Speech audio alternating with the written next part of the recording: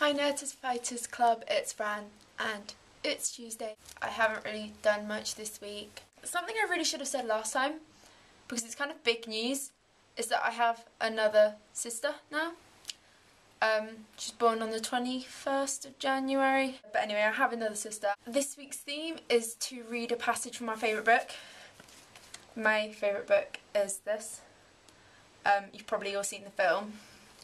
The ending in the film is different to the ending in the book, and I don't know if you've read the book, but in the book the other daughter dies and she ends up donating her organs, but I'm going to read a bit from the end.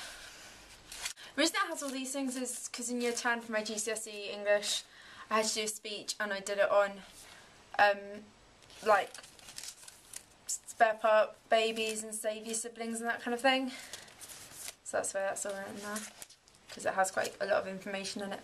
Anyway, in the English language there are orphans and widows, but there is no word for a parent who loses a child. They bring her back down to us after the donated organs are removed. I'm last to go in.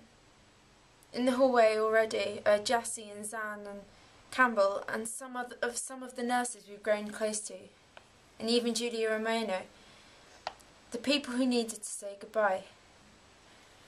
Brian and I walked inside, where Anna lies, tiny and still, on the hospital bed. A tube feeds down her throat, a machine breathes for her.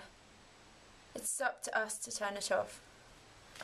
I sit down on the edge of the bed and pick up Anna's hand. Still warm to touch, still soft inside mine. It turns out that after all these years I've spent anticipating moments like this, I'm completely at a loss. Like colouring the sky with a crayon, there is no language for grief this big. I can't do this, I whisper. Brian comes up behind me. Sweetheart, she's not here. It's the machine keeping her body alive. What makes Anna Anna is already gone. I turn, burying my face against his chest. But she wasn't supposed to, I sob. We hold each other then, and when I feel brave enough, I look back down at the husk that once held my youngest. He is right after all.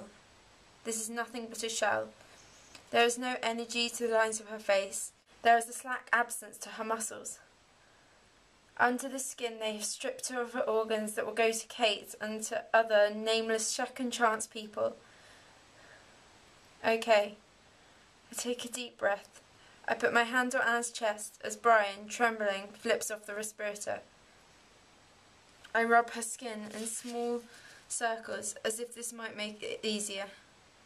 When the monitors flatline, I wait to see some change in her, and then I feel it, as her heart stops beating beneath my palm.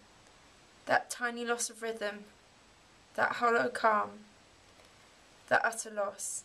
My sister's keeper. I'm just going to do this because he's there and he's asleep and he's looking sloppy.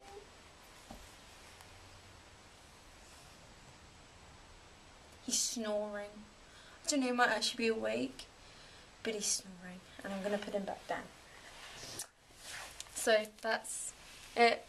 Trina, I'll see you tomorrow.